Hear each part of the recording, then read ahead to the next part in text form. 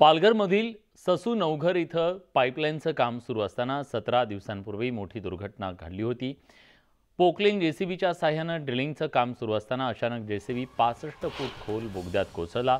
दरम्यान जेसीबी चालक राकेश यादव मशीनसह खाली पडला। या घटनेनंतर सगळी यंत्रणा वापरून कामगाराचा काहीच शोध लागला नाहीये। दरम्यान आज 17 दिवसांनंतर ही शोधकार्य सुरू असून मुख्यमंत्री एकनाथ शिंदे यांनी घटनास्थळी भेट दिली। ससू नवघरमध्ये जात शोधकार्याचा मुख्यमंत्री एकनाथ शिंदेंनी आढावा घेतला। 34 वर्षीय जेसीबी चालक राकेश यादवचा अजूनही शोध लागलेला नाहीये। बचाव कार्यासाठी आर्मी, नेव्ही, एनडीआरएफ, एसडीआरएफ सह इतर यंत्रणांना पाचारण केल्याची माहिती मुख्यमंत्र्यांनी दिली। तर ही घटना अतिशय दुर्दैवी असून राकेशच्या कुटुंबियांना मदत आणि नोकरी मिळेल याची काळजी घेईन असं मुख्यमंत्री म्हणाले। गाँव से आकर यही मन है कि मेरे पति की शकल मिल जाए।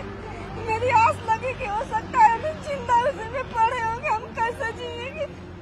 हम आश्वासन ना देवे के है, अब बस भगवान के हाथ जोड़ा, झूठे आश्वासन ना देवे के है। अब पति ना तो के मिल पाई है और जो न तो घटना जो अब उनकी आत्मा के लिए तो हाथ जोड़कर भगवान से रो ना। बस महाराष्ट्र के मुख्यमंत्री आ रहे हैं यहाँ पे, क्या मांग करेंगी सरकार से?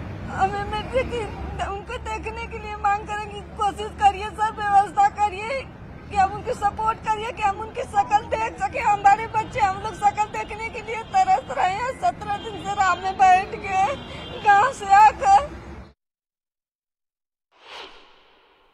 तो गाड़ी में से मेरे पति की शकल दिखाना हमके आखिरी हमारी यही मांग है कि हमारे पति की शकल दिखाया जाए, कोई ऐसी व्यवस्था की जाए कि हम देख लें उनकी बाड़ी को।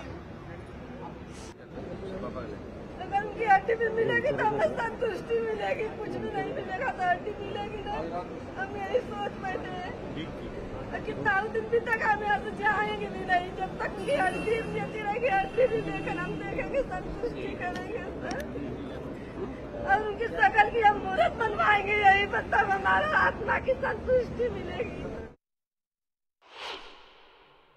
कंपनी के लोग तो हाथ उठा दिए हैं, 4-5 दिन से काम नहीं कर रहे हैं। ये जो क्रेन वगैरह सब यहाँ से जा रही थी, फिर रात में जब इन लोग को मालूम पड़ा कि मुख्यमंत्री साहब आने हैं तो सब क्रेन मंगाए, सब किए। एनडीआरएफ वाले भी चले गए थे, यहाँ कोई था नहीं, केवल 2-3 जन पुलिस लोग थे बस, और कोई नहीं था। सब लोग यहाँ से चले गए थे, रातों रात ये सब काम हुआ दिखाने के लिए। क्या मांग करेंगे सरकार से? हम कुछ नहीं मांग करेंगे, हमारी एक ही मांग है पहले कि हमारे बच्चे को हमें दिखाया जाए, जिस हालत में भी हो हमको दिया जाए। आर्मीला देखील, नेव्हीला, कोस्टगार्डला, एनडीआरएफला जो असलेला एक्सपिरियन्स आहे, अशा प्रकारच्या घटनांमध्ये मोठ्या प्रमाणावर खाली लँडस्लाईड सारखंच झालेलं आहे। म्हणजे पूर्ण भिंत कोलॅप्स झाली आहे आणि त्यामुळे सर्वात आधी जेसीबी आणि तो जो काही राकेश यादव जो आहे त्याला रेस्क्यू म्हणजे बाहेर काढणं याला आम्ही प्राथमिकता देतोय आणि मला वाटतं त्याला बाहेर काढण्यामध्ये आर्मी आणि सर्व टीमला यश मिळेल।